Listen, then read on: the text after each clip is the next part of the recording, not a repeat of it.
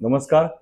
आज आम्ही इथे साई विभागातील भूपालजी पणशीकर यांचं हे घर बघतोय.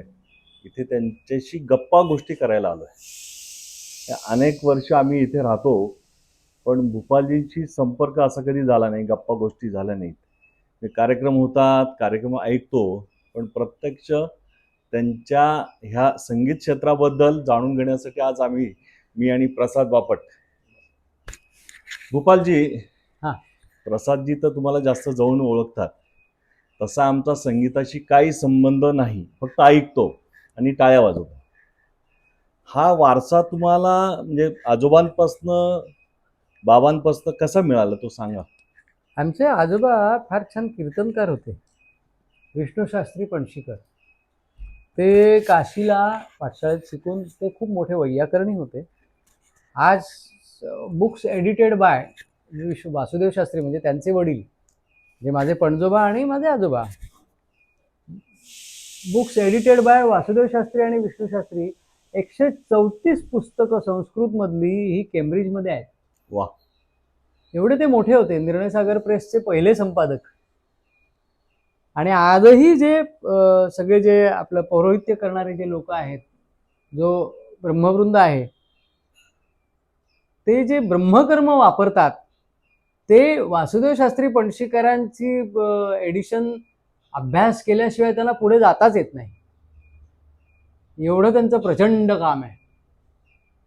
मग आमच्या आजोबांकडे पण ते आलं. मग आजोबांना संगीताचा कान होता असं बाबा सांगायचे, की ते ठाकूरद्वारच्या देवळात असायचे, याला गिरगावामध्ये. आणि तिकडे मोठे मोठे लोक यायचे, गवई लोक सेवा करायला. तेव्हा आमचे बाबा छोटे होते, तेव्हा सांगायचे, बघ हा शुद्ध सारंग राग, हा मल्हार, हा अमुक तमुक. म्हणजे त्यांचं शिक्षण झालेलं होतं. तर तेव्हा आजोबा त्यांना सांगायचे, याचा अर्थ का, त्यांना माहिती होतं सगळं. आणि ते कसं माहिती होतं तुम्हाला सांगतो. विष्णू दिगंबर पलुसकर यांनी जे गांधर्व महाविद्यालय काढलं, आज सगळे जे गांधर्वाच्या परीक्षा देतात ना, तर त्याची पहिली शाखा लाहोरमध्ये होती आणि दुसरी शाखा मुंबईमध्ये होती, ठाकूरद्वार यालाच बाई कबीबाई शाळेमध्ये. आणि तिथे त्या मुलांना संस्कृत शिकवायला माझे आजोबा होते. आणि त्यामुळे ते संस्कार, आणि आजोबा शिकले असणार तिकडे, त्याशिवाय एवढं राग सिद्धी येणार नाही, राग ओळखता येणार नाहीत. पण पलुसकरांचा त्यांचा फार चांगला स्नेह होता. डी.व्ही. पलुसकरांना अंगा खांद्यावर खेळवलेलं आहे आमच्या आजोबांनी. म्हणजे बघा किती जवळीक होती त्या पलुसकर घराण्याची आमची. आणि मग कालांतराने संसार वाढत गेला तसं मग बाबांना ते सांगायचे, बघ हा अमुक राग, तो तमुक राग, हा असं तसं तसं. आणि बाबा पण गायचे खूप तिथे लहानपणी. मग ते त्यांना देवधरांकडे घेऊन गेले. देवधर मास्तर म्हणजे परत विष्णू दिगंबरांचे सर्वात मोठे सिनियर शिष्य, जे ऑपेरा हाऊसला त्यांचं आजही मोठं स्कूल आहे, Deodhar school of Indian music म्हणून. चौकातच आहे त्या ऑपेरा हाऊसच्या बरोबर समोर चौपाटीला. तर तिकडे बाबा वर्षभर गेले, पण काही रमले नाहीत तिकडे. तिथे कोणतरी काशीकर म्हणून होते, त्यांच्याकडे शिकायचे, पण ते सगळ्यांबरोबर सारेगम त्यांना झेपे नाही. मग जशी पुढे संधी मिळाली तसं वसंतराव कुलकर्ण्यांकडे बाबा शिकले. ते फार मोठे शिक्षक होते, गवई होते. मग सुरेशराव हळदणकर, त्या काळचे महाराष्ट्र गंधर्व, बापरे, त्यांच्याकडे बाबांना शिकायला मिळालं, कारण बाबा मुंबईत राहत होते. मग पै मास्तरांकडे शिकले, जयपूर घराण्याचं, पण सगळ्यांकडे असं थोडं थोडं. मग निवृत्तीबुवा सरनाईक म्हणजे अरुण सरनाईकांचे चुलत भाऊ, ते कोल्हापूरला असायचे. मग गोरेगावला आले राहायला. मग ते मुंबई विद्यापीठाचं जे पहिलं म्हणजे संगीत विभाग सुरू झाला, तिथे ते गाणं शिकवायला असत. तर बाबा तिकडचे पहिली बॅचचे विद्यार्थी. आणि मग तिकडेच त्यांना बोलवणं आलं कलकत्त्याला. आणि मग बाबा गुरुजींना घेऊन, त्यांच्या म्हणजे निवृत्तीबाईंना घेऊन कलकत्त्याला गेले, संगीत रिसर्च अकॅडमीमध्ये. प्रॉपर गुरुगृही राहून शिकणे जे असतं, अगदी गुरुची धोत्र धुवून वगैरे वगैरे वगैरे सगळं. एक गुरु शिष्य ही परंपरा पूर्वीपासून, आणि ती बाबांनी पूर्णपणे आत्मसात. अगदीच प्रश्नच नाही. आणि मग तिकडनं बाबा आले, तोपर्यंत मी 6वी 7वीत होतो. आणि वसंतराव देशपांडे गेले होते, मला आठवतंय. आणि मग ते कट्यार काळजात घुसली हे नाटक परत काढायचं चाललं होतं, तयारी चालली होती सगळी. तर छोट्या सदाशिवाला कोणी भूमिका करेल असं सापडत नव्हतं. सगळी जी लहान मुलं होती ती अशी गलेलठ्ठ होती आणि त्यांना तो असा असा बारकुडा पाहिजे होता. आणि मी एकदा नाट्यसंपदेत बाबांबरोबर गेलो होतो, 6वी-7वीतली गोष्ट आहे. प्रभाकर पणशीकर बसले होते तिकडे. अरे दिनू, आयडिया म्हणले. मला बघितलं, काय रे कसा आहेस, बरा आहेस ना, असं सगळं झालं. अरे दिनू हा करेल सदाशिवाचं काम. बा म्हणले, अरे ह्याला कुठे काय गाणं येते? अरे तो करेल, मला माहिती आहे म्हणे. काय विश्वास बघा. मग त्यानिमित्त माझ्या गाण्याच्या रिहर्सल सुरू झाल्या. माझ्यासाठी स्पेशल पेटी आणली गेली, बाबांनी मागवली. आणि मग ते सगळं गाणं मी पण गायला लागलो. मी औरंगजेब होतो आणि माझा अभ्यासात खूप जास्ती लक्ष असायचं. आणि मग बाबांना लक्षात आलं की अरे ह्याला पण अक्कल आहे, स्वरज्ञान आहे भरपूर. तर मी तसा मग गायलाच लागलो, म्हणजे डायरेक्ट असं. मग जवळपास 65 प्रयोग मी काम केलं छोट्या सदाशिवाचं. आणि मग यथावकाश पुढे आवाज फुटला. मग बाबा म्हणले, आता आवाज फुटला, आता तू हातात काहीतरी वाद्य पाहिजे. म्हणून मग ती सतार एके दिवशी मिरजेहून आली हातामध्ये. आषाढीलाच आली ती. आणि ती आली, ती आजतागायत आहे हातात. आणि असं ते सगळा वारसा चालूच आहे. मग पुढे बाबांकडे तालीम, मग अनेक लोकांकडे शिकायला मिळालं. त्यात पंडित रविशंकरजी आहेत, नंतर पंडित अरविंद पारिखजी आहेत, त्यांच्याकडे शिकतोच आहे म्हणजे अजून. नंतर सत्यशील देशपांडेजी आहेत, मुकुल शिवपुत्र आहेत, बाबू काका रेळे आहेत, त्यांच्याकडे 12 वर्ष तर गाण्याची तालीम मिळाली मुंबईत. जे देवधर मास्तरांचे शिष्य. कशी ती सर्कल पूर्ण होत आहे बघा. हा, तर आमच्या आजोबांपासून सुरू झालेलं सर्कल मी बाबूरावांकडे जाऊन संपलं, पूर्ण झालं ते. म्हणजे आजोबा पलुसकरांकडे तिकडे होते, शिकवायला होते संस्कृत. तिथून ते थोडंफार गाणं शिकले. तिथून आमचे वडील, वडिलांनंतर यथावकाश मी बाबूरावांकडे पोचलो. ते परत देवधर मास्तरांचे शिष्य. हा, तर आता ह्या गप्पांच्या ओघामध्ये एक अजून एक प्रश्न विचारावा असं वाटतो मला. आता तुम्ही सांगितल्याप्रमाणे तुमचे पणजोबा, त्याच्यानंतर आजोबा विष्णूशास्त्री पणशीकर, तुमचे वडील पंडित दिनकरराव पणशीकर, काका प्रभाकर नटवर्य प्रभाकर पणशीकर, इतका सुंदर वारसा. आणि तो वारसा आता तुम्ही सुरू ठेवला. नाही थांबा, तो खूप मोठा वारसा आहे. आणखीन मध्ये नावं राहिली आहेत. बरोबर, ती अनवधानाने राहिली आहेत. ते म्हणजे माझ्याकडनं विषय नाही, विषय आला नाही म्हणून. आणि त्यांचे सगळे जे गुरु सांगतो जे आहेत ते एकदा थोडक्यात सांगतो. एकदा आपल्या श्रोत्यांसाठी तुम्ही सांगा. तर सर्वात मोठे वसंत म्हणजे आबा काका पणशीकर, बाबांचे सर्वात मोठे बंधू. बर, आमचे विनायक दादा आणि त्याचे वडील. बर बर, ते संस्कृत प्रकांड पंडित होते, साईबाबांचे परमभक्त. फणसवाडीमध्ये साईबाबांचं देऊळ चालवायचे. आणि त्यांना आज्ञा झाली की, आणि तेव्हापासून ते उद्भट कवीच, ते अतिशय उत्तम पत्रिका बघायचे आणि संस्कृतमध्ये काव्य करायचे बसल्या बसल्या. आणि आजीबाई बनारसे म्हणून होत्या, तुम्ही नाव कदाचित ऐकलं असेल. लंडनमध्ये पहिली मराठी खानावळ ज्यांनी सुरू केली त्या. आपल्याला नावही माहित नसतील कदाचित आपल्या. नाही, पुलंच्या ह्याच्यामध्ये आहे, गुणगायन आवडीमध्ये आजीबाई बनारसेंचा उल्लेख आहे. आणि आजीबाई बनारसे खूप फेमस होत्या. लंडनमध्ये महाराष्ट्रीयन खानावळ सुरू केली पहिली ते. आणि मग त्या म्हणल्या की इथे आता साईबाबांच्या पादुका घेऊन जायला कोण आहे, ओघानी यांचंच नाव पुढे आलं. आणि आबा काका अशा रीतीने, पर्सनॅलिटी सॉलिड होती, 6.5 फूट उंच होते बाप. आणि ते खूप गडबडीत झाल्या, म्हणजे त्यांना लोकसंग्रह प्रचंड त्यांचा. त्या काळी अगदी विमानापर्यंत जाता येत असे. आणि त्या गडबडीमध्ये भेटायला आलेले सगळे त्याचं ते कोटामध्ये त्यांचं तिकीट आणि पासपोर्ट वगैरे सगळं होतं. बाकी टॅक्सीवाला गेला सामान घेऊन परत. त्यालाही लक्षात आलं नाही, काय नाही, सगळं सामान गेलं. तसे ते कोणतरी अहो पंडितजी तिकडे खूप थंडी असते, माझा कोट घ्या, तो एवढा व्हायचा त्यांना. तसे घालून गेले तिकडे ते.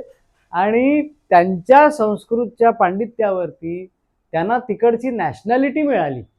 वा. म्हणजे तिकडचा गृहमंत्री शोधतच आला त्यांना. त्यांचं हे संपलं होतं, टेन्युअर संपलं होतं. मग ते त्यांना माहीत नव्हतं की संपलेलं असतं परत यायचं वगैरे. काय साधे होते, काही शिक्षण नाही, काही विशेष.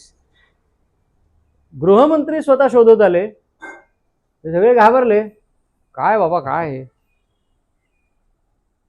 तर काही नाही म्हणले, चला माझ्या ऑफिसमध्ये. गृहमंत्र्याच्या इंग्लंडच्या गृहमंत्र्यांनी स्वतःच्या ऑफिसमध्ये त्यांना बसवलं आणि तुमची ही सगळी काव्य परंपरा आहे आणि ही तुमची काव्य संपदा आहे, हे खरं आहे का सांगा. ते म्हटलं हो हेच मीच केलंय म्हणले. वा. त्यांनी तिथल्या तिथे ऑर्डर दिली, हा माणूस इंग्लंडमधनं परत जाता कामा नये. इथल्या इथे नॅशनॅलिटी देऊन मोकळे झाले. त्या काळी ते शक्य होतं. साधारणतः ते वर्ष कधी असावं? 1964 64 65. मग आबा काकांचं काय ते झालं. मग ते इव्हेंच्युअली येत राहिले इथे आमच्या घरातल्या काही कार्यक्रमांना वगैरे, वर्ष 2 वर्षाला येत राहिले. मग पाठोपाठ आमची काकू गेली तिकडे, ती पण 40 वर्ष राहिली तिकडे. हो, म्हणजे आज आपण शिक्षणाला महत्व देतो, बिचारे दोघंही अंगठेच्या पोते सह्या करता येत होत्या फक्त, बाकी भाषेचा गंध नाही, काही नाही, तरी सुद्धा 40 वर्ष राहिले. अस्खलित इंग्लिश बोलत होते दोघंही. वा. अस्खलित. आणि आमचे काका उत्तम हात बघायचे, हस्तसामुद्रिक म्हणतात ना. आज जे इराणचे गोंधळ चाललेत ना, हा इराणचा जो शाह होता ना पहलवी, हा जेव्हा 47 वर्षापूर्वी क्रांती झाली इराणमध्ये, इस्लामिक क्रांती म्हणतात ना, तेव्हा हा पळून गेला. बरोबर, शाह पळून गेला. तो पळून गेला, तो पहिले लंडनला आला आणि तिथे त्याला कळलं की असा असा एक माणूस आहे लेस्टरला, 100 किलोमीटरवर लंडन पासून. तो सांगतो हात बघून म्हणून. तो रात्री 11:30 वाजता पावसात आला. तो आतमध्ये पण आला नाही, कारण धोका, गाडीतच बसून राहिला बुलेट प्रूफ. आणि बोलवलं होतं काकांना. काका छत्री घेऊन गेले. काय म्हणे, मी असं असं असं. हो हो हो ठीक आहे, कळलं म्हणे, काय तुम्ही काय अडचण येते, हात बघू. हात बघितला. आजपासून 8 दिवस एवढंच तुम्हाला गेटवे आहे, ओपन आहे.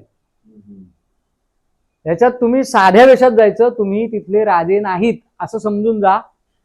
साधं शर्ट पॅन्ट घालून जा, ती दाढी बिडी सगळं काय ते सगळं सफाचाट करा, चला, वेश बदला आणि सगळं तुमचं जे मौल्यवान वस्तू आहे ते सगळं विमानात घाला.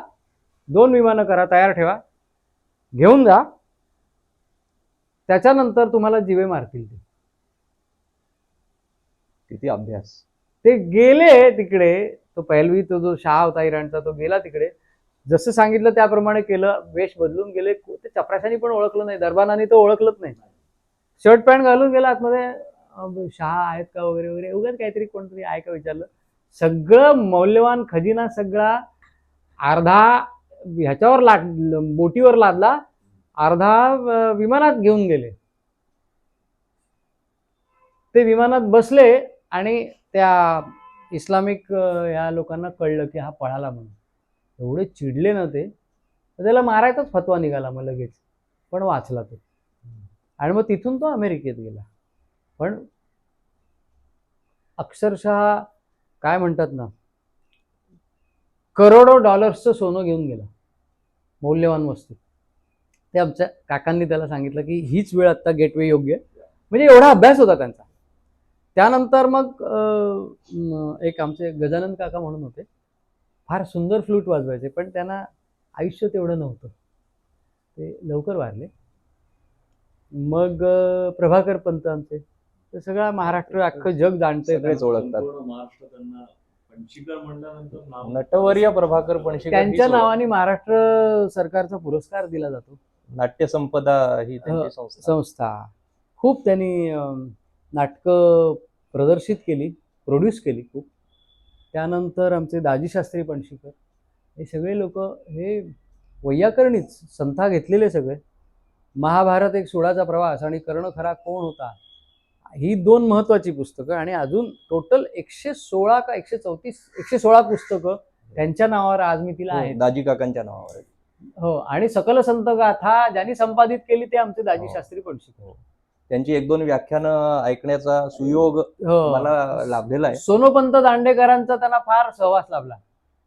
जे वारकरी संप्रदायाचे अध्वर्यू, ज्यांना परत उत्थान दिलं वारकरी संप्रदायाला, ते सोनोपंत दांडेकर, मामा दांडेकर म्हणायचे त्यांना. तर ते मामा दांडेकरांचा त्यांना फार सहवास लाभला आमच्या काकांना. सकल संत गाथेच्या संपादनाच्या वेळेला ते केलं. नंतर आचार्य अत्रे कायम खुश असायचे. पहिले मराठामध्ये कर्ण खरा कोण होता हे रोज यायला लागलं. हो, माझ्या मते ह्याच विषयावरती एक व्याख्यान त्यांचं ठाण्याला होतं, तेव्हा आपण गेलो गेलो होतो. ज्ञानेश्वर आणि सभा त्या योगायोगाने त्याच दिवशी त्यांचा वाढदिवस होता, दाजी काकांचा. 1 मेला. तर ते असे सगळे म्हणजे लिखाण आणि व्याख्यान कमाल. आणि सावरकरांवर फार छान बोलायचे. व्याख्यातेच होते ते आता नाहीत. ते देह गेल्या वर्षी ठेवला, 92व्या वर्षी सगळे. नंतर आमचे पिताश्री पंडित दिनकर पणशीकर हे निवृत्तीबा सरनाईकांकडे शिकले. हे जयपूर घराण्याचे मोठे गवई म्हणूनच गणले गेले. नंतर गोवा कला अकादमीने त्यांना मानद डायरेक्टर म्हणून पदवी दिली, आणि ते तिथे 10 वर्ष होते बाबा.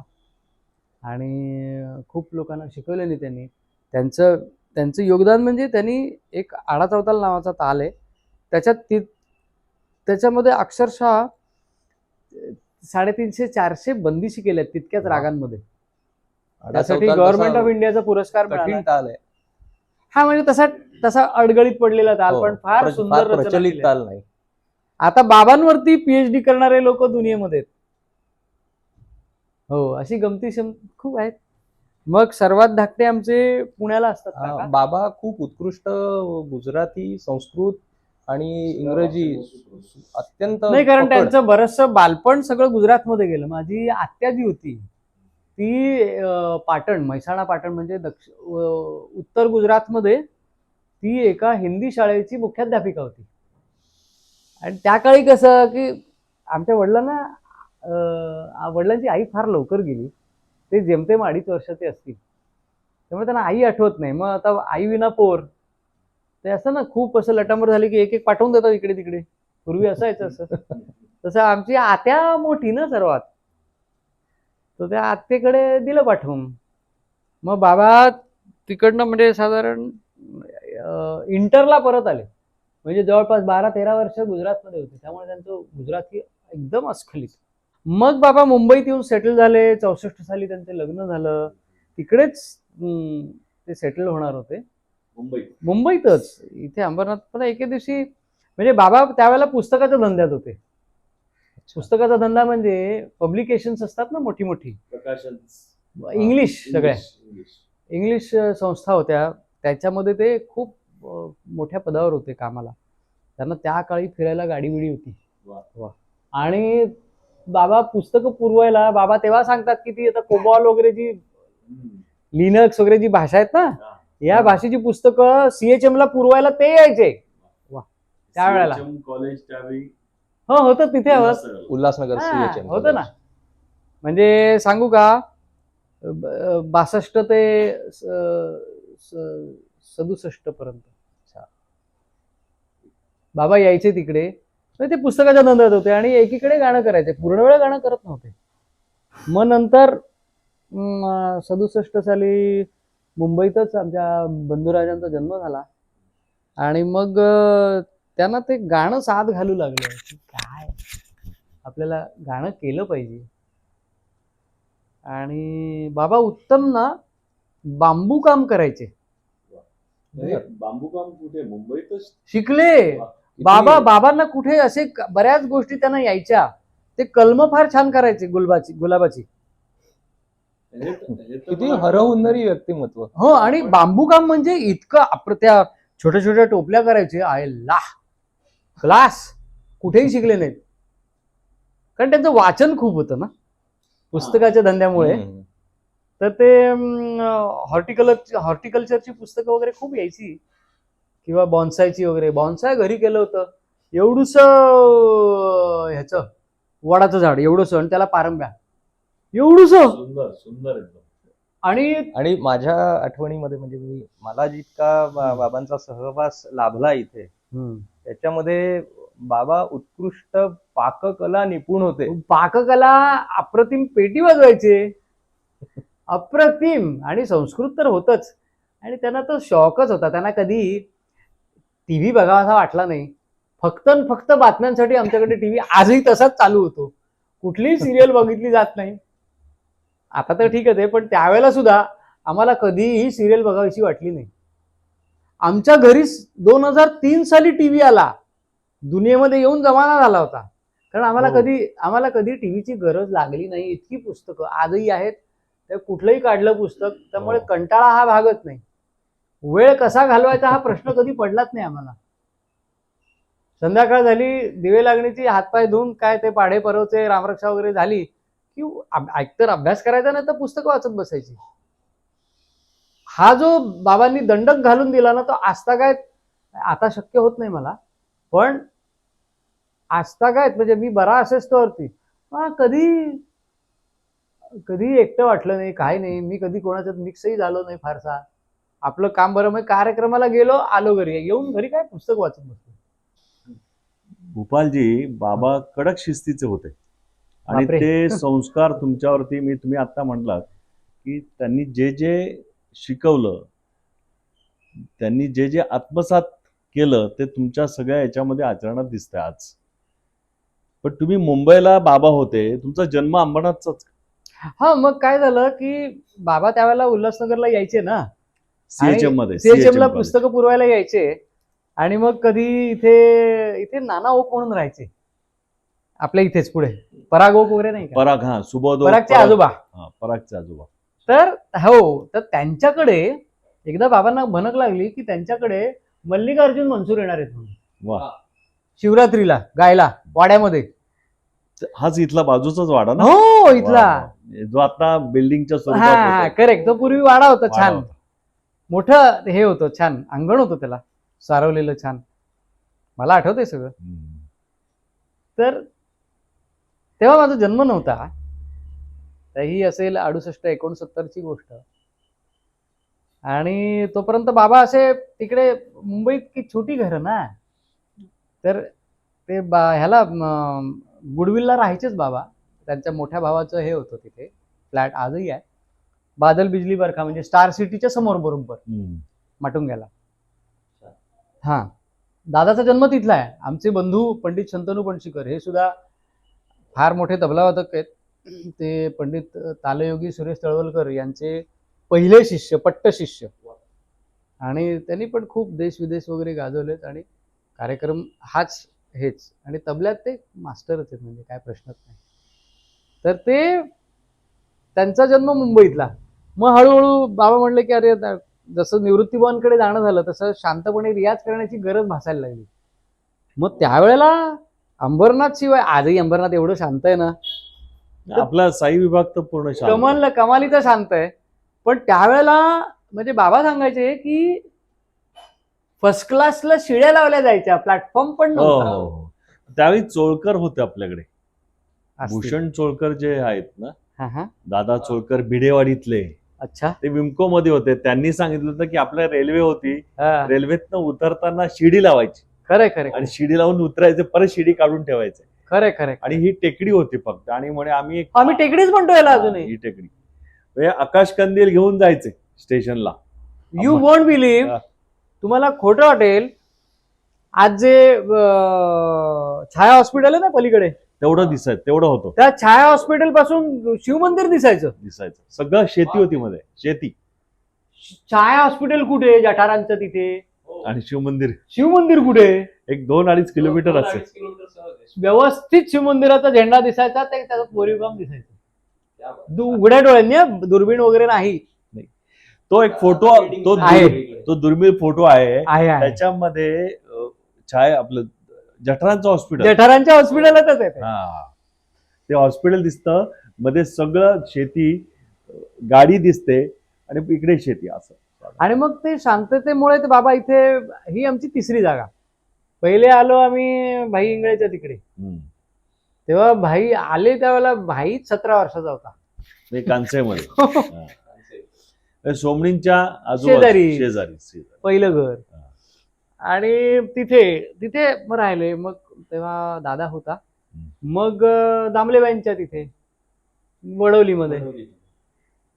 तर ते दामलेबाईंची शाळा म्हणजे दी एंड होता अंबरनाथचा. पुढे काहीच नसेल. काहीच नाही. हे आता प्रचंड झालंय. आता ते मध्यावर आलंय. त्यामध्ये शिवाजीनगर नव्हतं, महालक्ष्मीनगर नाही, वर्धमान नगर नाही, आणि काय नाही. ते शेवट होतं दामलेबाईंच्या शाळेत. मग तिथून ही तिसरी जागा. आणि हे त्यांना आवडलं तिकडे. ते 24 तास पाणी बिणी त्यावेळेला होतं, काय प्रॉब्लेम होत नाही. आणि अजूनही आपल्या इथे खूप छान झाडी आपण तसं त्या प्रमाणामध्ये साई विभागामध्ये आपण झाडी भरपूर जतन करून ठेवली आहे. आता रिडेव्हलपमेंट होत आहे, पण त्यात याच्यातली झाडी जाते, पण बाजूची जी झाडी प्रचंड प्रमाणात असल्यामुळे हा गारवा थोडासा दुपारी गारवा. अरे शांत आहे. उन्हाळ्याच्या दिवसात सुद्धा इथे थंड असते. थंड. 73 साली आस्मादिकांचा जन्म झाला इथे कल्याणला. आणि माझा जन्म झाल्यानंतर मग बाबांना कल्याणला का अंबरनाथ? जन्म कल्याणचा. कल्याणचा. आजोळ कल्याणचं ना, हा, हा. स्वाभाविक आहे, तिकडेच होणार. हा, हा. मस्कर हॉस्पिटल एकमेव. एकमेव मस्कर हॉस्पिटल, बरोबर. आणि ते काय सगळे घरोब्याचे संबंध, त्यामुळे माझा जन्म कल्याणचा आहे. पण त्यानंतर आणलं इकडेच मला नांदायला. मी 1.5 महिन्याचा करंबेळकरांकडे सांभाळायला होतो कोपऱ्यावर 1.5 महिन्यापासून. त्यामुळे रडलो की पहिले माईत तोंडात यायचं, आई कधी आलं नाही असं. मग शिक्षण इकडेच आपलं सगळं इकडेच. भगिनी मंडळ 4थी पर्यंत होती त्यावेळेला. त्यानंतर आपल्या इथलीच भगिनी मंडळ शाळा. हो, ही समोरची. त्यावेळेच्या फक्त आता तांबेबाई आणि गुप्तेबाई शिल्लक आहेत, बाकी कोणी नाहीत. तांबेबाईंशी संपर्क आहेत. हा, धर्माधिकारी नाही नाही नाही नाही, ते खूप नंतर. मी शाळा सोडायच्या वेळेला मग त्या धर्माधिकारी बाई. कोण धर्माधिकारी? अधिकारी बाई. सॉरी, अधिकारी. अधिकारी बाई तर मालकीणच होत्या ना, म्हणजे अशा होत्या. संस्थापक. हा, संस्थापक अध्यक्ष. हा, असं काहीतरी होतं त्या. पण त्या आम्हाला शिकवा बिकवायला नव्हत्या. त्यांची मुलगी होती, पण ती पण मुख्याध्यापक म्हणून आली. उल्काताई, अर्पिताची आई. शिक्षण घेत असताना मग 7वी पर्यंत इथे मग कांसईमध्ये गेलो. आपल्या भाऊसाहेब परांजपे. त्यावेळेला ते भाऊसाहेब परांजपे कांसई शाळात म्हणायचं. कांसई शाळात म्हणायचं. लेले मॅडम असतील बहुतेक. ते नंतर आम्हाला 10वीला आल्या. 10वीला वरखेडकर सर होते. तर तिथे मग 7वी मध्ये मग मी कट्यारमध्ये काम करायला लागलो. वा. 7वीत असताना. मला वाटतं हे 83-84 ची गोष्ट आहे. मग तेव्हापासून ते संस्कार सुरू व्हायला लागले. आणि जन्मापासून संगीत कानावर पडतच होतं. हो, पण असं तयार होता. सिरियस असं काही नव्हतं. जोपर्यंत मी 12वीत गेलो, म्हणजे तोपर्यंत मी सिरियसली काहीच करत नव्हतो. असं 12वीत पण म्हणजे असा कोणता टर्न भेटला त्याच्यामुळे तुम्ही इथे सिरियस झालात? सांगण्यासारखा आहे का इथे तो? घरगुती मुलाखत आहे. पण जाणार ना संपूर्ण घरगुती. नाही, पण जे नाही सांगतो, हरकत नाही, काही हरकत नाही, आता सांगायला हरकत नाही. आमचं कॉलेजचं हे होतं, अॅन्युअल्स होते, गॅदरिंग. CHMचं अॅन्युअल गॅदरिंग होतं. आणि झालं. तर त्या काळी आमच्या कॉलेजची एक रोज क्वीन होती. मी आता मुद्दाम नाव नाही घेत. तर ती अख्ख्या कॉलेजला फाट्यावर मारायची आणि माझ्याबरोबर फिरायची. म्हणजे गप्पा गोष्टी. हा, बाकी काही नाही. पण माझी कॉलर टाईट ना. आणि ते 12वीतलं वय कसं, ते काय ते कळण्याचंच वय नव्हतं. पण असं गुदगुल्या व्हायच्या मनाला खूप अशा. आणि त्या अॅन्युअल्सला एके दिवशी पूर्ण ताकद एकवटून सगळ्या माझ्या ज्या काय म्हणतात त्याला, पूर्वजांना एकत्र आणून त्यांचं स्मरण करून तिला प्रपोज केलं. आणि ते काही जमलं नाही. आणि झाला तिकडेच देवदास झाला. कारण मी सतार वाजवायला लागलो होतो बऱ्यापैकी त्यावेळेला. आणि मराठी वाङ्मय मंडळात मी सतार वाजवली होती. आणि मी कॉलेजच्या गळ्यातला ताईतच बनलो होतो एकदम. खूप असा फेमस असं. तो ट्रिगर मिळालाय.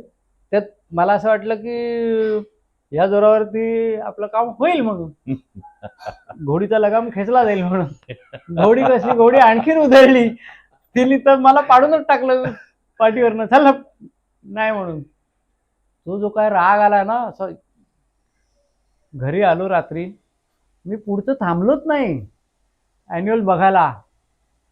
मला प्राईज वगैरे पण दिलं होतं स्पेशल, घेतली, थांबलोच नाही. आलो 10-10:30 घरी आलो आणि पहिले सतार काढली, आतमध्ये बसलो, हातपाय धुवून. आई बाबा एक वेळ ह्याला झालं काय अचानक? तर प्रेमभंग हे अगदी बेसिक कारण आहे. पण त्याच्यातनं आणि मी वाजवत होतोच, चांगलंच वाजवत होतो, पण ते एक जिद्द लागते ना आणखीन त्वेषाने करण्यासाठी. पेटून उठून मी ते तेव्हा केलं. नाहीतर झालं नसतं. पण त्या ट्रिगरमुळे आज एक हा. मोठा कलाकाराचा जन्म झाला. कदाचित मग त्यामुळे मी तिचे आभार मानतोच. नंतर ती भेटली बऱ्याच वेळेला मला, तिला गमतीनं, पण तेव्हा पण म्हटलं तुझ्यामुळे. मी म्हटलं आज जो काय आहे तो चल रे म्हणे, काहीतरी काय. म्हटलं अगो खरंच. अरे म्हणे तेव्हा मला तरी कुठे अक्कल होती, आपण एकाच वयाचे ना.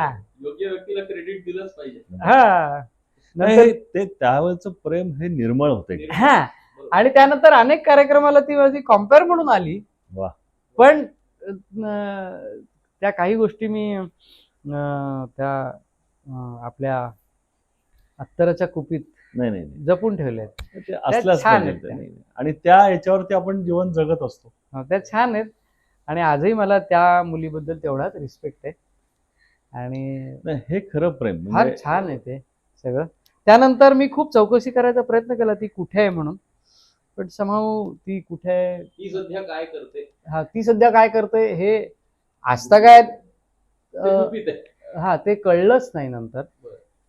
पण त्या- मला असं वाटतं हम्म. अचानक उभं राहील असं कधीतरी. हा? अचानक समोर उभं राहील.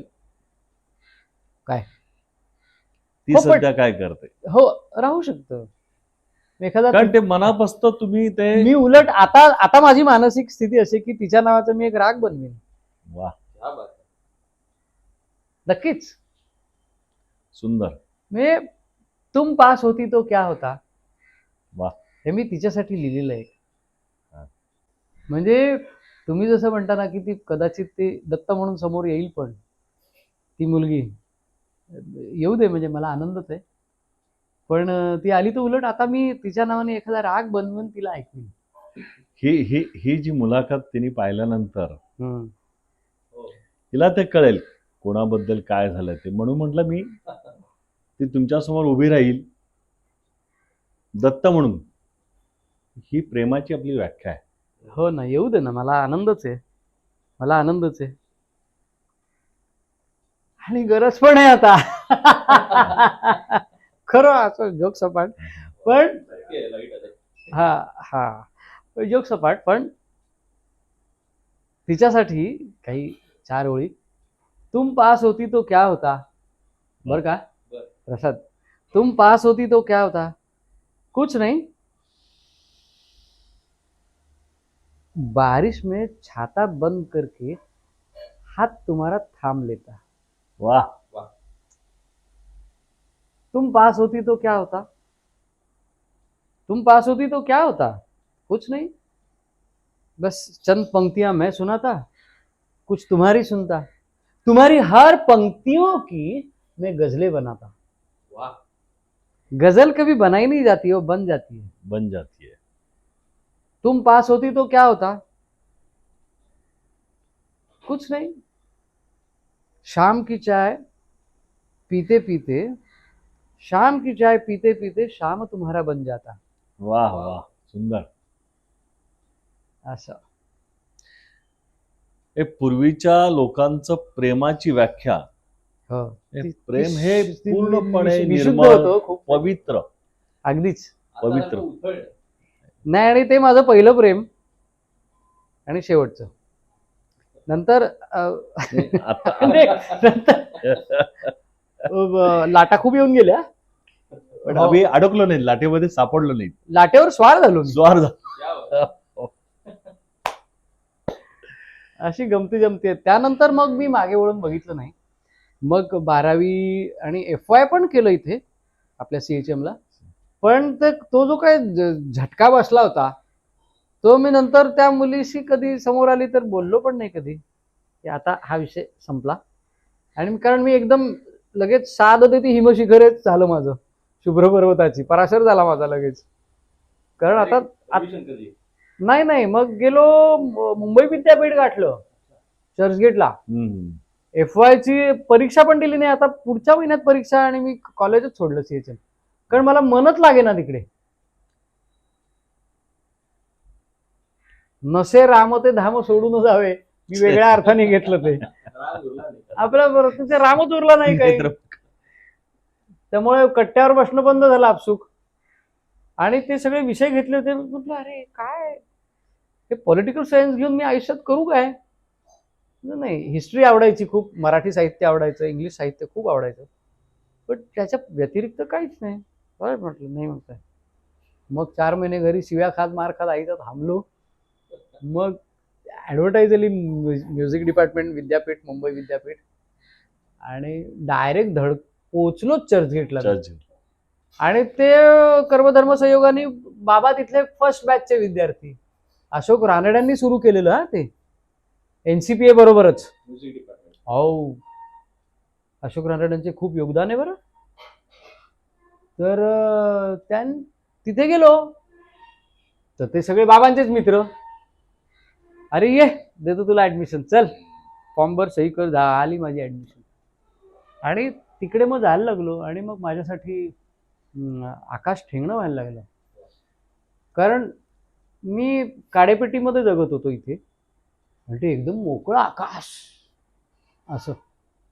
काय मी माझं सर्वाधिक म्हणजे कलेच्या दृष्टीने अत्यंत पोषक, शैक्षणिकदृष्ट्या अत्यंत पोषक, तालमीच्या दृष्टीने अत्यंत पोषक अशी जी काही 6 वर्ष तिथे होती, 5-6 वर्ष, ती मी फार मानतो. फारच. म्हणजे पैसा नसायचा. बरेच वेळा रात्री माठातलं पाणी पिऊन झोपून जायचं. काय करणार, घरनं कुठनं घेणार पैसे. तो एक एक एक एक ती मिजास असते ना, घरनं नाही घेणार पैसे, दाखवतो त्याला कसलं काय. पहिल्याच आठवड्यात बोंब, पाणी पिऊन झोपायची पाळी आली.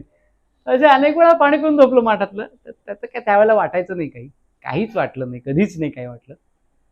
कारण स्वस्ताही खूप होती. 1.5 रुपयामध्ये उसळ पाव मिळायचा, वडा उसळ पाव 1.5 ते 2 रुपयामध्ये. जिथे निवासी होतं ते हा, ते म्युझिशियन्ससाठीच होतं. निवासी का? हा, चाळीमध्ये बेडेकर भवन समोर आमची ट्रिनिटी क्लब म्हणून. ते शिक्षण पूर्ण झालं नाही, तिथून मी डिपार्टमेंटला जवळ पडायचं ना, चर्नी रोडून. डिपार्टमेंट चर्चगेटला, तर तिकडनं चालत जायचो आम्ही मित्र सगळे. आणि किंवा मग ट्रेननी साहित्य संघातनं वर गेलं, खाली उतरलं, ट्रेन डायरेक्ट स्टेशन चर्चगेट. बाहेर पडलं की समोर आमचं कॉलेज बी रोडला, सिडन आमच्या शेजारी. मग तिथे खूप शिक्षण झालं माझं, खूप वाचन झालं. मला तर पुस्तकांची एवढी आवड असल्यामुळे अख्खी लायब्ररी मी 2दा लावली आहे सगळी माझी डिपार्टमेंटची. मोर दॅन 4000 पुस्तकं मी वाचली आहेत, संगीतावरचीच. उद्योग काय ना, डिप्लोमा केला, 3rd इयरला आलो होतो. उद्योग काय, माझा क्लास संध्याकाळी 4 ते 5. मी 12 वाजल्यापासून जायचो, पुस्तकं व्यवस्थित लावायचो. त्याला ते काय ते लोशन बिशन असायचं. ते लायब्ररियनचा कोर्स केला नव्हता, पण पुस्तकं कशी ठेवायची हे वाचून बिचून मस्त सगळं करायचो. छान, कसर लागू नये किंवा काय, ते सगळं ते स्प्रे मारायची आतमध्ये, पुस्तकं नीट ठेवायची, त्याची अनुक्रमणिका करायची, त्याचं विषयानुरूप त्याचं हे करायचं, वर्गीकरण करायचं. हे खूप उद्योग केलेत मी. 4 वर्ष होतात तिथे? 6 वर्ष. 6 वर्ष म्हणजे 6 वर्ष पुस्तकांबरोबर तुम्ही जगलात. हो, आणि खूप थोड्या मोठ्यांचा सहवास लाभला तिथे. मग सतारीच्या तालमीची सुरुवात साधारण केव्हापासून झाली? तेच 7वीत सतार आणली म्हटलं ना, ते आबासाहेब सतारमेकरांनी. आणि ग्रॅज्युएशन जेव्हा? म्हणजे मस्जिदचे आजोबा. अच्छा. त्यानंतर मुनव्वर अली खान म्हणून मला बोरी लिहून शिकवायला यायचं इथे. मग बाबांनी आपल्याला जुने आचरेकरांचं घर होतं ना, आचरेकर क्लासेस म्हणून. ना वरती कोपऱ्यावर वरती का? सेंट्रल बँक आहे ना आता तिथे. हा. तिथे जुनं घर होतं आचरेकरांचं. तिथे खाली एक आउट हाऊस होतं. तर तिथे त्यांना राहायला जागा दिली आणि ते मग इथे यायचे किंवा मी जायचो मग त्यांच्याकडे. मग 12वीमध्ये हा प्रसंग घडल्यानंतर सकाळी 7 ते 10 रोज सकाळी 7 ते 10 तालीम सुरू झाली आमची रीतसर. ती अगदी बरीच वर्ष चालू होती, जोपर्यंत म्हणजे म्हणजे मुंबईत गेल्यानंतर सुद्धा मी शनिवार रविवार इथे आलो की तालीम चालूच. आणि एकीकडे सायमल्टेनियसली रात्री आमची पंडित अरविंद पारिखजींकडे तालीम असायची. रोज 9 वाजता तालीम, 9 ते 1. आणि रविशंकरजींकडे जी तालीम ते- त्याचा काहीतरी एक छान किस्सा आहे असं कळलं होतं. कशी काय त्यांच्याकडे तालीम सुरू झाली? तर ते मल्लिकार्जुन मनसुरांचा 80वा बर्थडे होता पार्ल्याला, पार्ले टिळक ह्याच्यामध्ये मंदिरात, आणि रविशंकरजींच्या हस्ते होता तो. आणि तोपर्यंत मला बर्थडेला माझ्या सिनियर कॉलेजच्या सिनियर लोकांनी मला रविशंकरांची एक कॅसेट दिली होती ऐकायला. मी वेडाच झालो, म्हटलं हे यांच्याकडे मला शिकायचंय, हे कमाल आहे. तेव्हा किती मर्यादा होत्या नाही, एक हा. कॅसेट किंवा एक ते एलपी रेकॉर्डर्स. अरे आता युट्यूब वरती खजिना उपलब्ध आहे. उन्मेष नवाथे आहे ना, डॉक्टर नवाथे, त्याचे धाकटा भाऊ, हम्म. त्यांच्याकडे ते टर्न टेबल असायचं. आणि मी अक्षरशः थ्रो अवे प्राइस मधनं रस्त्यावरती त्या विकत असायचे ना, रेकॉर्ड प्लेअर, रेकॉर्ड्स असायच्या रेकॉर्ड मुंबईत. पूर्वी. हा. त्या अक्षरशः मी विनसची रेकॉर्ड असायची. विनस असायचे 8-10 रुपयाला. हा, मी विकत आणायचो, मला पॉकेट मनी द्यायचं, त्यात मी ते आणायचो, त्याच्याकडे जायचं आणि एक रिकाम्या कॅसेटचा बॉक्स असायचा, त्याला सांगायचो ए यार उन्हा जरा प्लीज रेकॉर्ड करून दे ना, म्हणजे रेकॉर्ड ते कॅसेट असं. cassette. नाही तर मग खाली होतात ना तो सिंधी, हा, एक तो त्याच्याकडनं करून घ्यायचं, हेच उद्योग. पण आज सुद्धा ते रेकॉर्ड प्लेअर जे आहे ना, हम्म. तुम्ही असं जरी मिळतात. खाली लावलं हो. तरी त्याच्यातनं सूर ऐकायला मिळतात, फार गाणं छान. ऐकायला येतं. म्हणजे लाईट नाहीये, तुम्ही जरी हाताने फिरवलं आणि ते टेकवलं पिन, म्हणजे काय, त्याच्यातनं म्हणजे काही त्याला विद्युत हाताने फिरवलं तरी कॉ कॉ सगळं ऐकायला म्हणजे येतं. हा, ते गाण्याचं स्वर सगळे ऐकायला, गाणं पण ऐकायला येतं. काय जादू होती त्यावेळी. हो. पण आता सगळं डिजिटल झालं तरी ती मजा येत नाही. आता मेलं सगळं ते. लाईव्हलीनेस गेला. आता नाही. संगीत आहे ना, मला सांगा, संगीत ही ऐकण्याची गोष्ट का बघण्याची गोष्ट आहे? ऐकण्याची गोष्ट. आता ते बघण्याचं झालंय. हा म्हणजे फरक आता झाला. पण डॉल्बी साऊंड, हे साऊंड काही मजा नाही आहे त्याच्यामध्ये. म्हणजे आपण जर असा प्रयोग केला की डॉल्बी साऊंड असताना तुमचा बीपी बघा आणि सतार वाजवताना बीपी बघा, ब्लड प्रेशर, तर नक्की हे शांत होईल सतार वाजवताना. अगदीच अगदीच अगदीच अगदीच. म्हणजे आपण पूर्वी ऐकत होतो की संगीत गायला गेल्यानंतर, सतार वाजवल्यानंतर, म्हणजे असं म्हणतात इतिहासामध्ये, पाऊस पाडण्याची शक्ती होती. हो, तर तेच सांगतो तुम्हाला. तर ते रविशंकरजी तिथे भेटले, त्यांना भेटलो मी, त्यांना पार्ल्याला बिंदास जाऊन भेटलो. मी म्हटलं मला तुमच्याकडे शिकायचंय. अरे माझ्याकडे डायरेक्ट. म्हटलं हो, मी तुमची अशी ती कॅसेट ऐकली. अच्छा, सितार बजाते भी हो, उंगली दिखाओ. उंगली दाखवली तर अरे खूप खड्डे आहेत. अरे वा, रियाज करतो. बर. म्हणजे त्यांनी त्या तुमच्या बोटांवरती ओळखलं की हा वादक आहे बाबा. नाही तर काय नुसतं तोंडी मग म्हणले बोलून- माझा 7 एप्रिलला बर्थडे असतो. हम्म. तेव्हा ते खासदार होते, हो का? ते लोक- राज्यसभा. राज्यसभेचे. तेव्हा म्हणे तेव्हा तू ये, तेव्हा वीणा सहस्त्रबुद्ध्यांचं गाणं ठेवलंय घरी, तेव्हा तू ये. बाबा आणि मी हट्टालाच पेटलो. नाही, नथिंग डुईंग, मला जायचंय, त्यांनी बोलवलंय, मला जायचंय. अरे एवढ्या लांब, एवढ्या मोठ्या माणसाकडे, नथिंग डू, तुम्ही येणार का? मी चाललो म्हटलं एकटा कुठे राहायचं तेव्हा ते? दिल्लीला, वा. लोधी इस्टेटला, नवी दिल्लीला मग बाबा पण आले होते बरोबर. आले होते.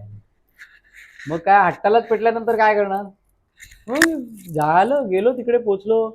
मग तुला माहितीये प्रोफेसर देशपांडे होते आपल्याकडे, हो. CHM ला होते ना. हो हो. त्यांचा धाकटा भाऊ नर्मदा बचावचा आंदोलक होता, खूप मोठा. हम्म. तो दिल्लीला राहायचा. तर तो मित्रच ना बाबांचा, तो आणि त्याची बायको देशपांडेच. आता नाव ते वारले, आता दोघही जण वारले. पण मग ते म्हणले अरे आमच्याकडे ये, इथे तिथे नको राहू.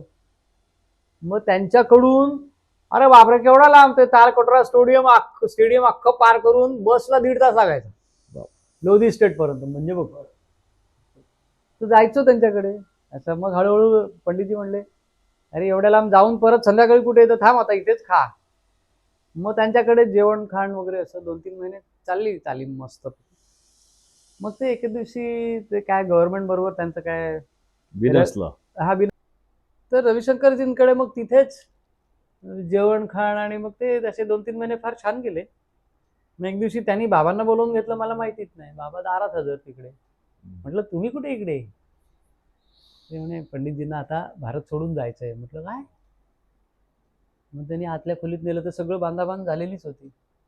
अरे देवा, फार हिरमुसलो. ते येताना गाडीत बाबांनी सांगितलं एक गोष्ट चांगलं झालं म्हणजे काय, की वटवृक्षाच्या छायेमध्ये दुसरी रोपं होत नाहीत. नाही, बरोबर. त्यामुळे जे झालंय ते उत्तम आहे. तू रड भेग काही पण कर, हा तुला मिळालेला कौल आहे, समज आणि पुढे चल. मग त्यानंतर इथे आलो, पंडित अरविंद पारिखजींकडे गेलो. बस शैली बदलली ना, घराणं बदललं. ते मैहर घराणं, इकडे गौरीपूर घराणं विलायत खासाबांचं. मग त्याच्यात जरा वेळ गेला ॲडजस्टमेंट्समध्ये. पण मग मी आता ते वाजवतो. त्यानंतर मग मी गाणं शिकलो. पण आमच्या घरात सगळे गाणारेच, तर मी का बाबा सतार, मला गाणं करायचंय. 12 वर्ष मला तालीम मिळाली बाबूराव रेळ्यांची. एकीकडे सतार चालूच, एकीकडे मग गाण्याची तालीम मिळाली. मग सतार वादकाचा शिक्का पुसला आणि गवई म्हणून पुढे आलो. पण कालांतराने खूप लोक म्हणले की अरे नाही, तू सतार पण छान वाजवतो, वाजव ना.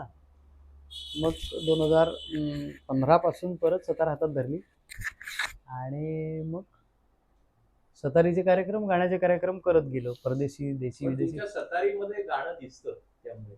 नाही, मी अभ्यासासाठीच गाणं शिकलो, केवळ अभ्यासासाठीच शिकलो. आणि ते मला फक्त सतार वाजवायची नव्हती, मला संगीत सादर करायचं होतं. कळतंय का? हो हो. गाणं आणि सतार हे असं किती वर्ष प्रवास, एकत्र प्रवास किती वर्ष केला? बरीच वर्ष, 20 वर्ष तरी झाली. त्यानंतर तुम्ही कार्यक्रम तर अंबरनाथमध्ये होत आहेत, बाहेर होत आहेत, विदेशात पण कार्यक्रम केलेले आहेत. हो सध्या आता मला वाटतं एक साधारण 3 वर्षापूर्वी हो तुम्ही क्लासेस पण इथे घेता. हो ना. क्लासेस घेताना मुलांची आवड कशामध्ये? सतारीमध्ये, गाण्यामध्ये, गाणं शिकण्यामध्ये, कोणत्या? नाही, ज्याला जशी आवड असते तसं मी हे बघतो. पण मी कसं करतो की मी पटकन शिकवायला नाही घेत, त्याचा आधी कल बघतो. हा, बरोबर. आणि धरकी इतर क्लासेस सारखं धरकी घाल हा, त्याला तसं नाही. नाही करत. त्याचं कारण असं आहे की मग ती मुलं कंटाळतात संगीतालाच. त्याच्यातले जे काही गुण असतील त्याच्याप्रमाणे तुम्ही ते ठरवता, याला हो. शिकवायचं का वाजवायला, गायला त्याला सांगतो शिकायचं. नाही तर की बाबा नाही, तुला जमणार नाही, तू सोडून दे हा विषय, तू ऐकायला ये, तू घर तुझंच आहे. आतापर्यंत शिष्य किती साधारणतः, तरी काय संख्या किती? तरी भरपूर. 1000 असतील? नाही, एवढे नाही, संगीताला एवढे नसतात. पण नाही म्हटलं तरी 36-37 तयार केले मी. आणि ते सगळे आता मुरबाड, भांडूप, पार कर्जत, उरण. पण हे करत असताना मला वाटतं ही जी घटना घडली की आपल्याला दृष्टी संदर्भातली, हो, ही कशामुळे, काय अचानक, काय ते मॉडर्न मेडिसिनला पण मिरॅकलच वाटतंय. जे माझे मित्राचे वडील डॉक्टर आहेत मोठे. काय म्हणजे कसं आहे माहिती आहे का, ती छातीत पाणी झालं म्हणे. अहो पण त्याच्या अगोदर 4 दिवस, हे सगळं होण्याच्या अगोदर बरोबर 4 दिवस आपला हा भावे आहे ना, भावे, डॉक्टर भावे, ना ना ना ना ना ना ना काय त्याचं नाव, वडवलीतला भावे रे, तसं मुष्टंडा नाही का, अच्छा, निलेश भावे. निलेश.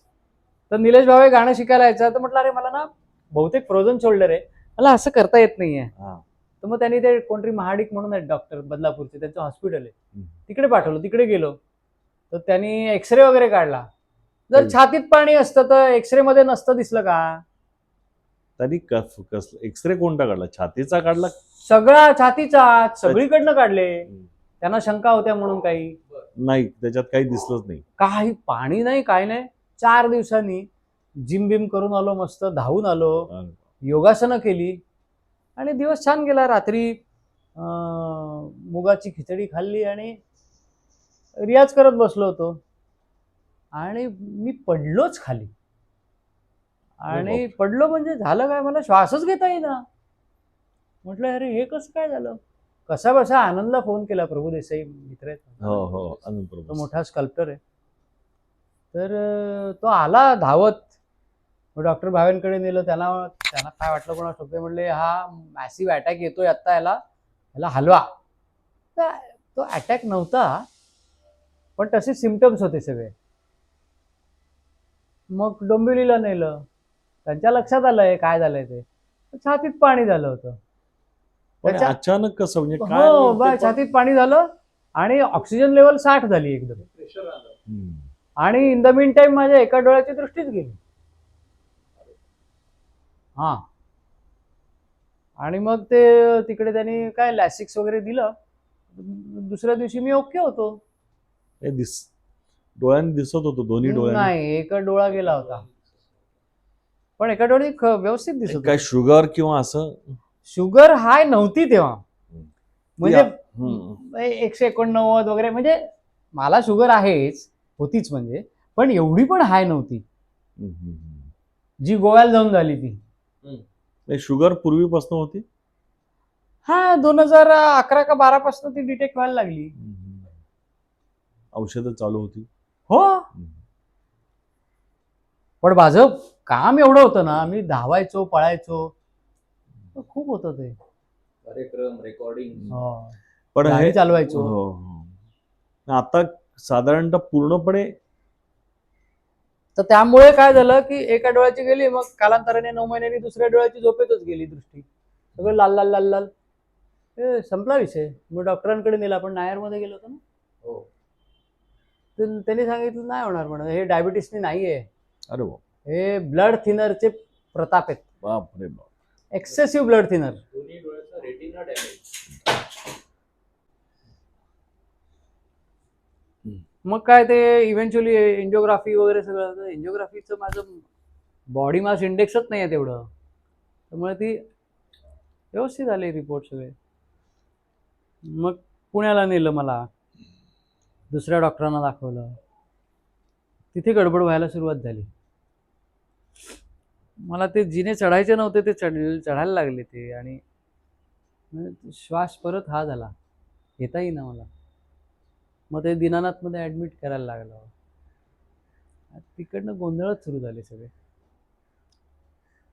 पाणी नाही, पाणी अर्धा लिटर 24 तासाला, काय विचार नका. कॅथेटर लागला, दशावतार सुरू झाले तिकडे. मग मी दीनानाथमधनं पळून आलो.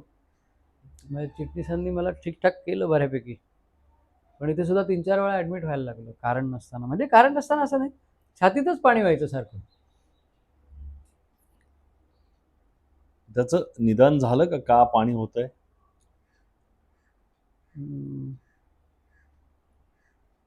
त्याला ॲक्यूट आपलं क्रॉनिक न्यूमोनिया म्हणतात,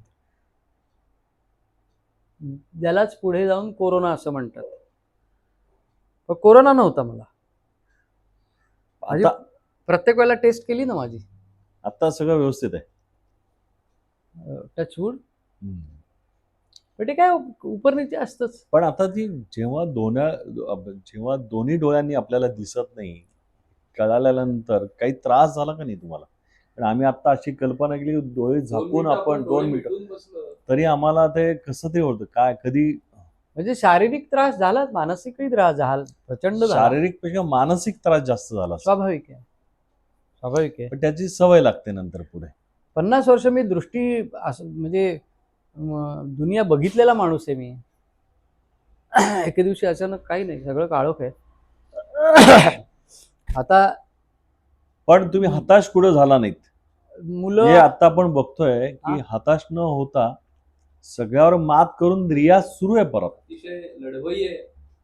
काय ते आनंदी राहणं सगळ्यात, म्हणजे मी असं मला कळालं की तुमची दृष्टी नाहीये, पण दृष्टिकोन चांगला आहे. दृष्टिकोन चांगला आहे. आणि याच्यामध्ये सुद्धा तुम्ही आनंदाने काही किस्से सांगतायत. हा ते काय म्हणजे चर्मचक्षू गेलेले असले तरी ज्ञानचक्षू आहेत. हे जगण्याचा आनंद आपण शोधावा. आता मुलं काहीतरी आणून देतात ते घालतो. मला काय रंगाचं काय शष्प ओकट होत कळतच नाही, दिसतच नाही काही.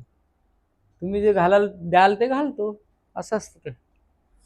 त्यामुळे आणि- दृष्टी नाही म्हणून काही अडचण आली नाही आता. नाही असं कसं नाही, याच्यामध्ये साधनेमध्ये कसं शक्य आहे? येणारच नाही, कारण साधनेला दृष्टी नाही लागत. दृष्टिकोन नजर लागते. नजरिया, नजर नहीं चाहिए, नजरिया जरूरी है. साधनेला काय नाही, काय हातात सतार दिली, सुरू झालं. असं असतं ते. आणि विद्यार्थी आहेत, प्रसादनी तर खूपच मदत केली मला. खूप लोक खूप मदत करतात. मी सगळ्यांचा अक्षरशः ऋणी आहे. अख्ख्या अंबरनाथकरांचं तर आहेच आहे, पण माझ्या अवतीभोवतीचे जे विद्यार्थी आहेत ते कंटाळतात कधी कधी. कारण काय आहे, आंधळ्या लोकांचा विश्वासराव पानिपतावर आधी मरतो, वा. नंतर नाही मरत तो विश्वासराव आधी आधी मरतो. मरतो. त्यामुळे मला कोणी काही आणून दिलं की पहिले मी त्याचा वास घे, स्पर्श बघ, हे बघ ते बघ.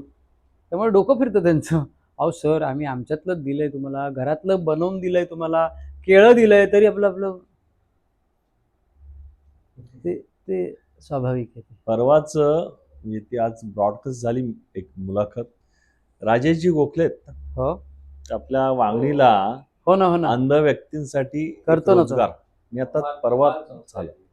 खरंच त्या अंध व्यक्ती प्रचंड म्हणजे काही दृष्टी नसताना चांगल्या रीतीने पिशव्या बनवणं.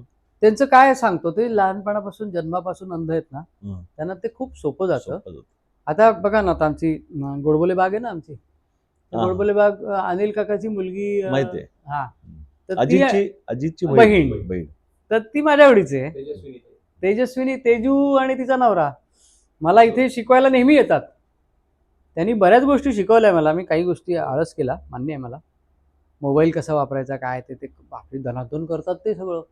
मी फक्त मोबाईल, बाबा रे याला कॉल कर, आणि एखाद्याचा आला तर तो अनाऊन्स होतो, तो उचलला तर उचलतो, उचलला गेला तर बस, बाकी काही नाही करता येत मला. पण ते शिकवतात मला, येतात इथे मधनं मधनं. आज पण तुमचा रियाज चालू आहे. हो, इथे सततच चालू आहे. म्हणजे आज आपण इथे भूपालजींकडे आलो आणि त्यांच्याशी गप्पा गोष्टी, मुलाखत असं म्हणता येणार नाही, गप्पा गोष्टी केल्या. प्रसादजी जास्त जवळच आहेत त्यांच्या. आयुष्याच्याकडे बघण्याचा दृष्टिकोन आहे हा प्रचंड भूपालजींचा वेगळा आहे. त्यामुळे ह्या परिस्थितीमध्ये सुद्धा ते आनंदी आहेत. कारण खरं सांगू का, मी हार्ट फेल्युअरचा पेशंट आहे थोडक्यात. मला माहिती आहे मला काय झालंय आणि किती सिरियस आहे मी. म्हणजे काहीही होऊ शकतं. बोलता बोलता, अरे आत्ता तर बोलत होते, कुठे गेले पणशीकर, चचले, हार्ट बंद पडू शकतं केव्हाही. मला माहिती आहे ते. साधारण 15% हार्ट पंपिंग. 15%, आता जानेवारी महिन्यात 4% झालं होतं. पण प्रचंड इच्छाशक्ती आहे तुमची, प्रचंड पण इच्छाशक्ती. डॉक्टरनी सांगितलं मला, हे बघ रोजचा दिवस तुझा बोनस आहे. आधी चायला बोनस आहे म्हणजे आता काय मरायचं की काय. मग रामदास स्वामी आठवले, मरावे परी कीर्ती रूपे उरावे. वा वा. मग काय केलं, अरे बोनस आहे ना रोठे, बोनस मिळाल्यानंतर कसं वाटतं है ना, मला तसं वाटतं. तसं वाटतं. वा. बोनस संपेस्तोवर मी आनंदात आहे. क्या बात. जगण्याचं किती सुंदर उदाहरण दिलंय की माणसाला वर्षात एकदा बोनस मिळायला जो आनंद होतो तसा प्रत्येक दिवस कुठे खर्च करू असं होतं की नाही. वा वा. तेच मला होतं की अरे का किती जगायचं बाकी राहिलंय यार, असं झालं. दृष्टी असल्यामुळे नको त्या गोष्टी बघत राहिलो. आता ती नाही आहे, ती सोडून गेली बिचारी. त्यामुळे ज्या बघायच्या गोष्टी आहेत त्या आता मला दिसायला लागल्या. सुंदर सुंदर. ज्या खऱ्या गोष्टी आहेत त्या आता दिसायला लागल्या. अशा खूप काय काय काय काय गमती जमती आहेत. आपण समारोपाकडे येतोय. तत्पूर्वी मी एक सांगतो, 4 ओळी सादर करतो. हल्ली हे पण एक भूत डोक्यावर बसले, काहीतरी सतत कविता सतत प्रसवतच असतात. आईला काय कळे नाही.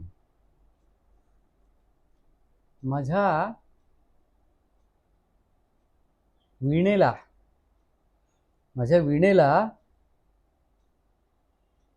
त्या सुरांची प्रत्यंचा लागायची आहे अजून. वा. माझ्या वीणेला त्या सुरांची प्रत्यंचा लागायची अजून.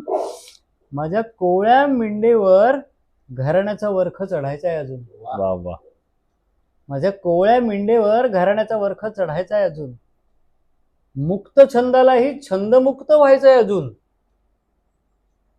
मुक्त छंद आहे ना, हो हो मुक्त छंदालाही छंदमुक्त व्हायचंय अजून. अजून अहो राधेला तरी कृष्णमुक्त कुठे होता आलंय अजून. वा सगळं बंधनात चालू आहे,